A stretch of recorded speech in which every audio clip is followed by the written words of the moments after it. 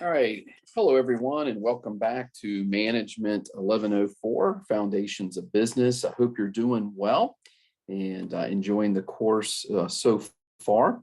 I want to take this time and spend some time working with you on in preparation for your accounting and financial statement exercise, which you'll have in the next few days. And so what I have done, I'm sharing my screen right now. As you can see, this is an Excel spreadsheet.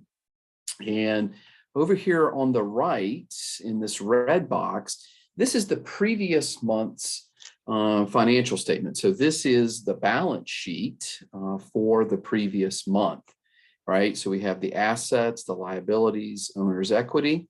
We know, right, that assets equals liabilities plus owner's equity. And so assets of 60,000, liabilities of 20, owner's equity of 40, right? So just like upcoming in your exercise, you'll have the previous month's balance sheet, and then you will be given some transactions for the particular month. So in this particular case, we're looking at transactions that took place in the month of October, and these here are in the green. But first things first, what we have to do is you're going to have an opening balance. And if you notice here, the opening balance is 0 for everything. So we have to transfer over what we have. So I'm just going to bring this over here just so I can see it. And so just like you'll have a spreadsheet and you have to enter in. So cash was 18, accounts receivable was 12. Plant, property, and equipment was 30,000, which gives us 60. I always double check it because I may have entered something in wrong. Accounts payable, 6. Loans payable, 14, for a total of 20. 20,000 equals 20,000, right? And then owner's equity is 40. It's 40. All right. So good to go there. I'm just going to move this out of the way. Again, this is the previous month. And the previous month gives us our opening balance, right? Our opening balance. Now across here, you can see these transactions. So transaction 1 through transaction 8, and then we have a closing. So I'll explain what the closing means in just a moment. So up here is our balance sheet.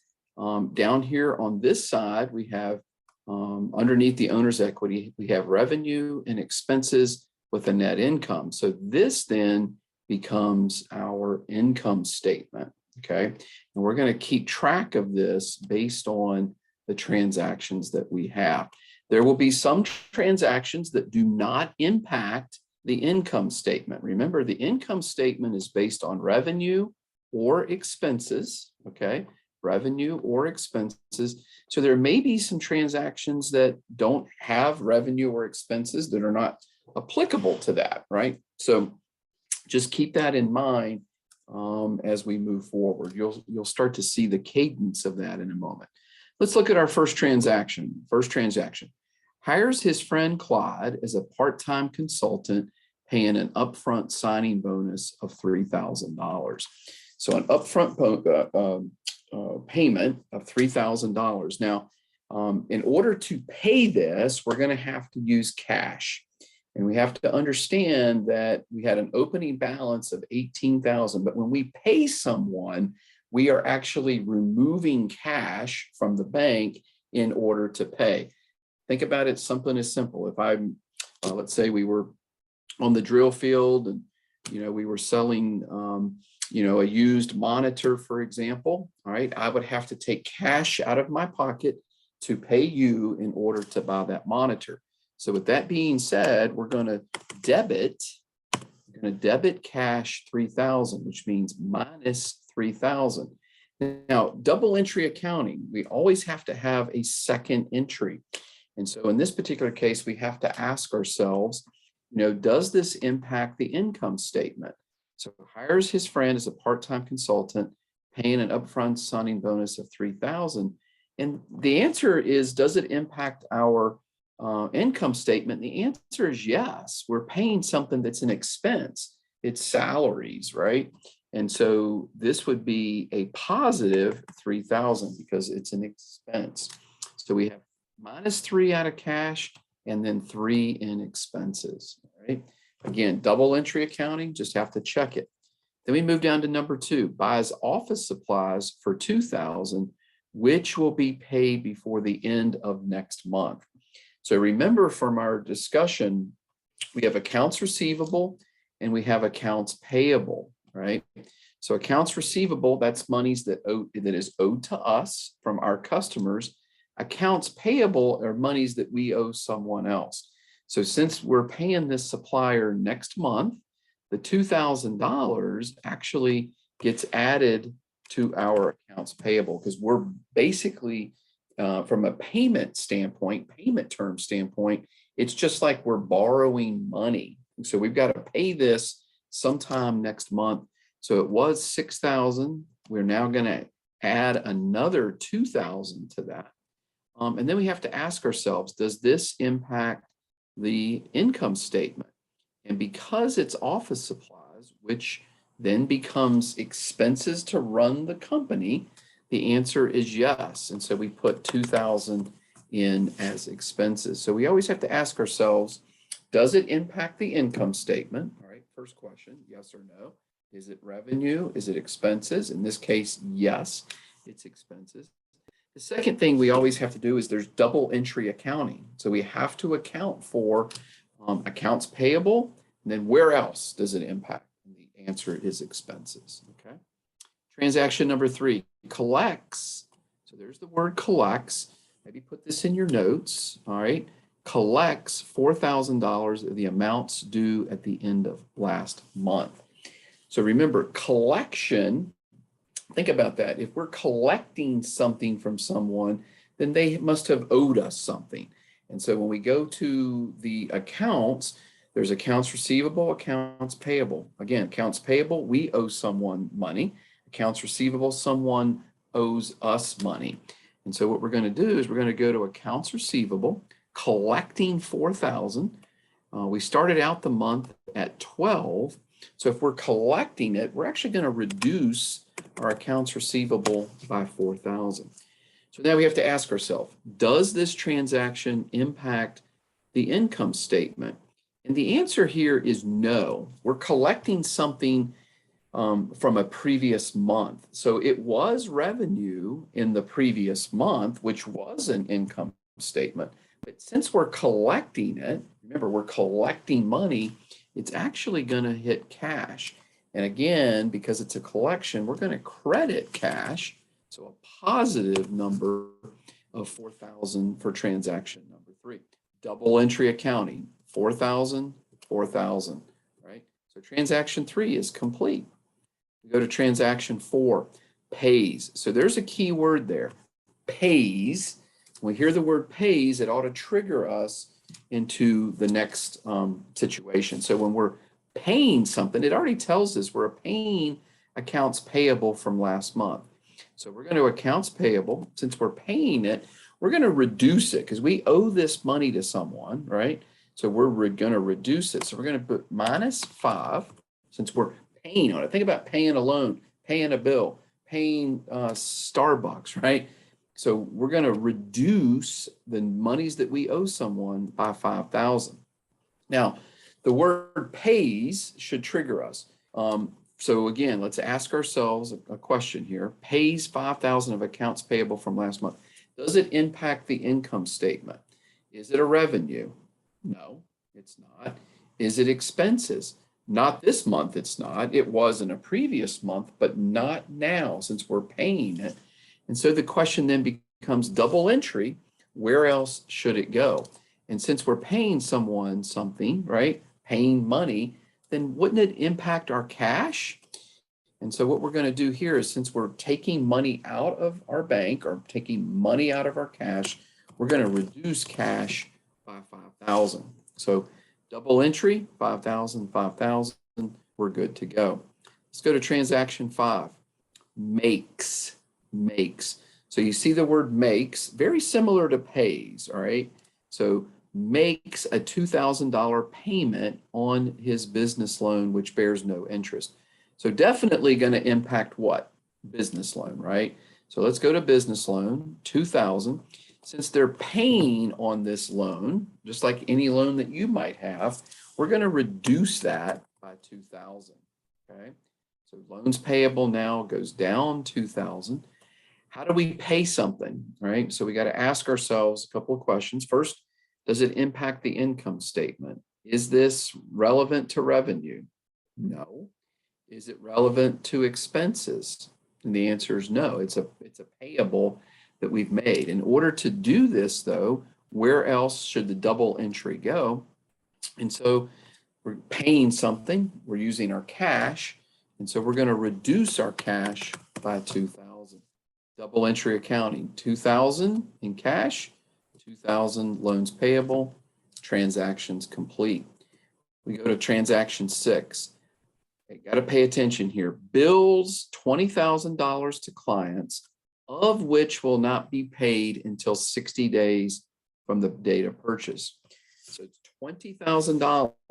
Remember, we're billing clients, monies that is owed to us for services that have been performed, right? So again, you have accounts receivable and accounts payable. Accounts receivable, monies that is owed us. Accounts payable, monies that we owe other people.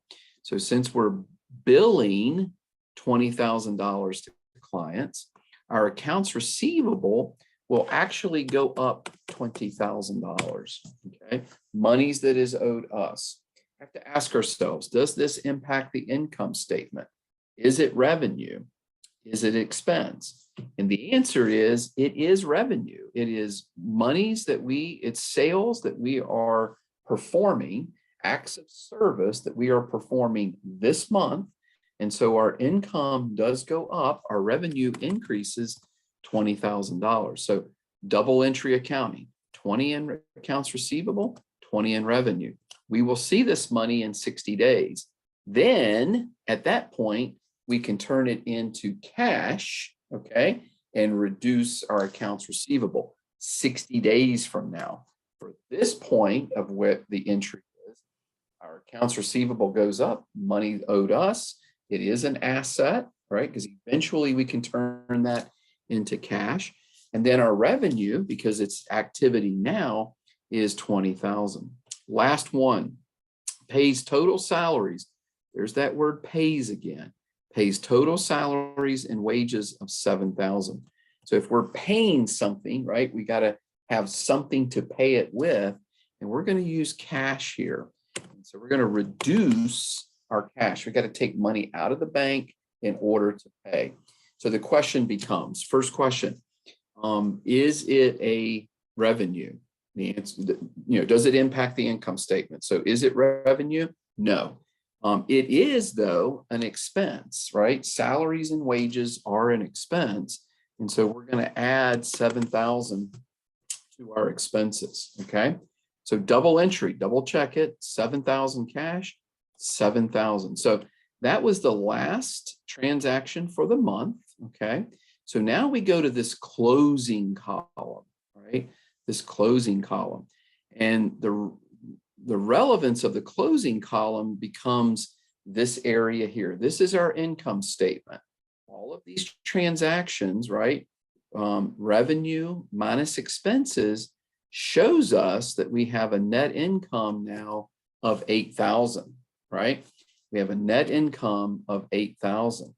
And so the relevance to that is this net income becomes our owner's equity, right?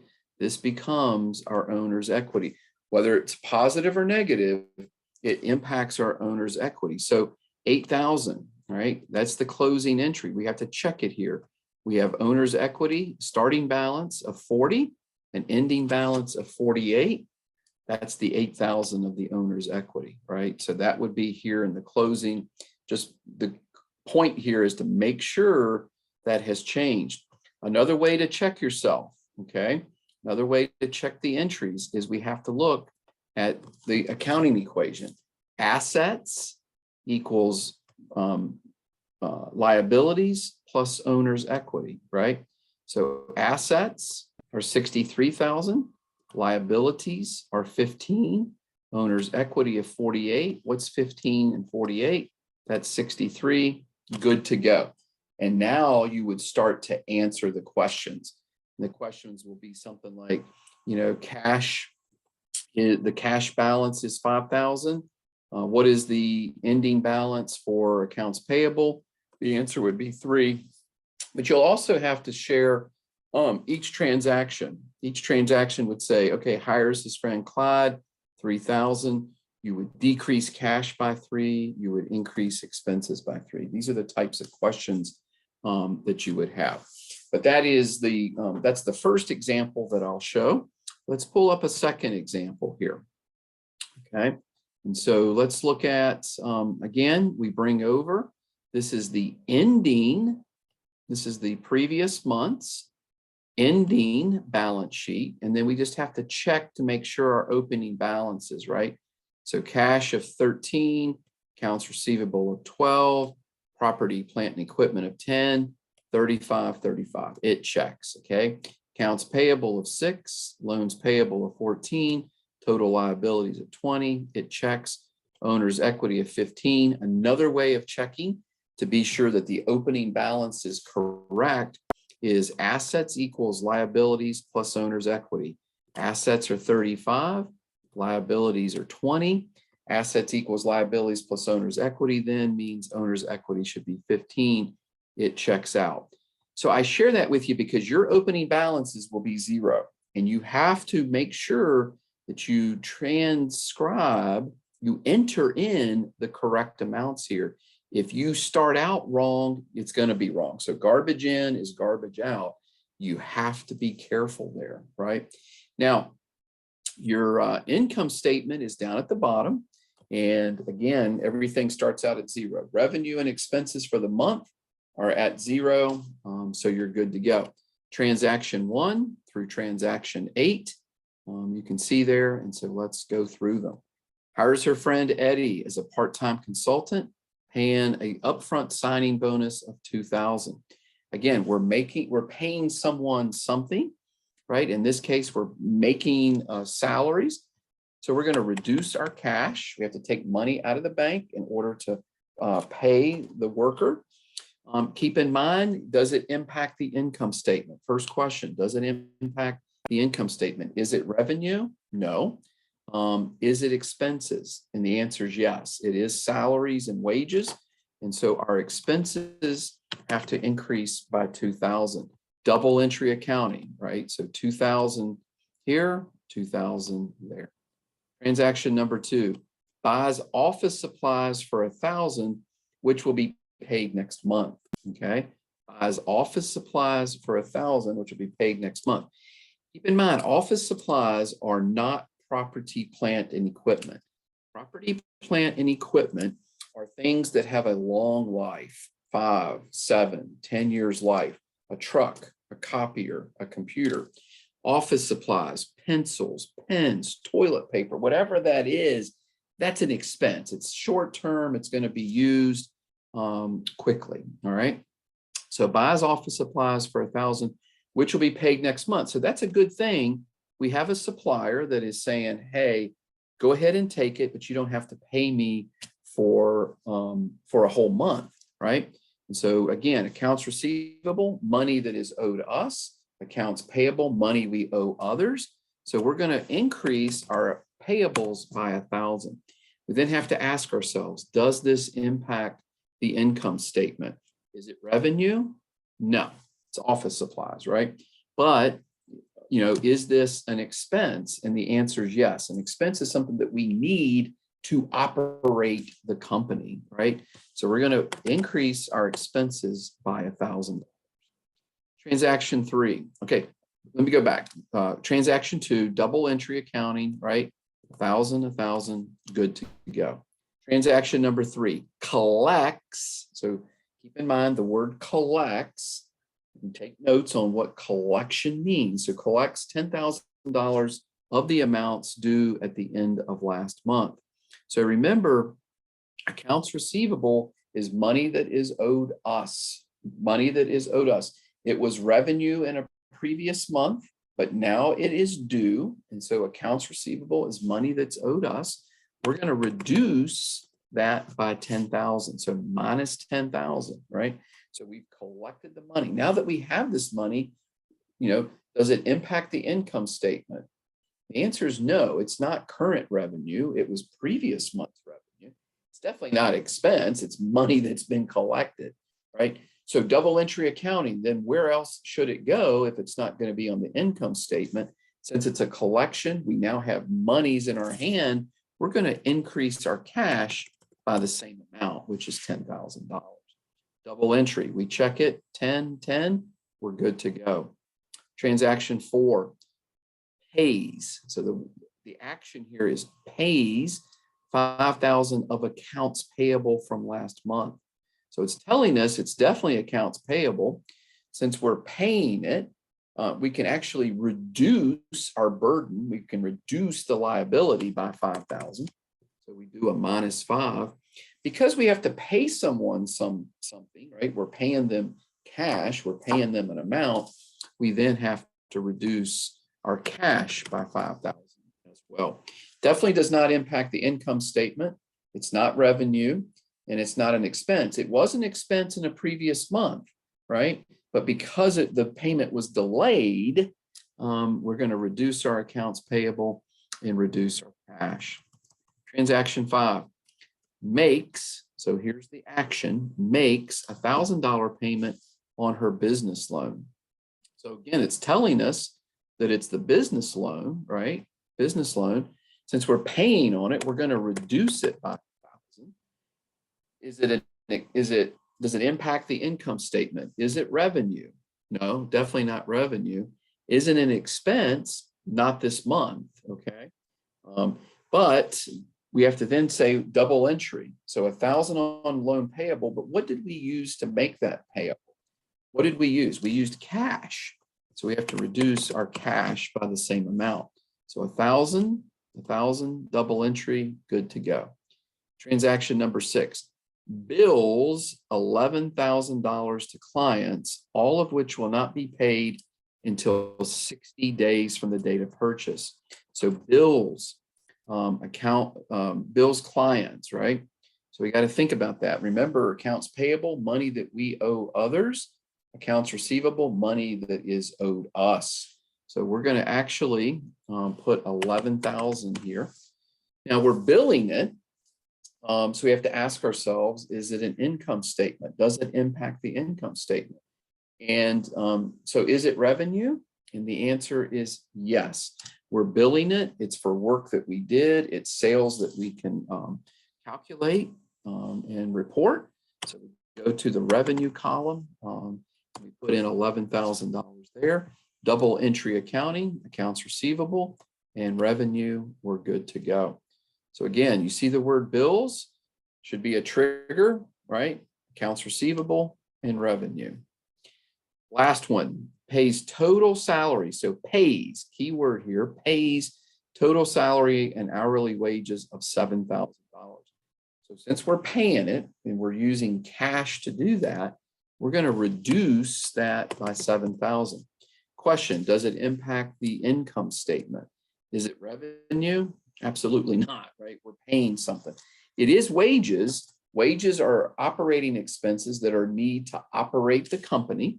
And so actually the answer is it does impact expenses, and we're going to say $7,000, okay?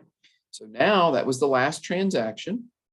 We start to look then here at this closing column, and we just want to check ourselves, right? So we look down here at revenue and expenses, and we have 11,000 minus 10,000 is a net income of 1, right? Net income of $1,000. And you say, well, where does that then go on the balance sheet? Remember, net income equals owner's equity, all right? And so $1,000, let's check ourselves. We started with an opening balance of 15. We now have an ending balance of 16. So that means we have a nice $1,000 difference here, which is fantastic. All right. So now on some spreadsheets, you would then enter in the $1,000. The way this particular spreadsheet is set up is the formula has it built in here. All right. But I would, again, be careful. Always double check it, because sometimes the closing would be you would take the 1,000 and you would plug it in here, right? Which we can do just to kind of show you, so that 15 plus 1 equals 16,000, right? Good to go. Now, another way to check your work is to look at the accounting equation, right? So assets equals liabilities plus owner's equity. So we have $31,000 in total assets. We have $15,000 in total liabilities. By the accounting equation, what should our owner's equity be? Owner's equity should be 16. It checks. We are in balance, right? We are balanced. That's the key of a balance sheet. Assets equals liabilities plus owner's equity. And then you would start to answer the questions accordingly.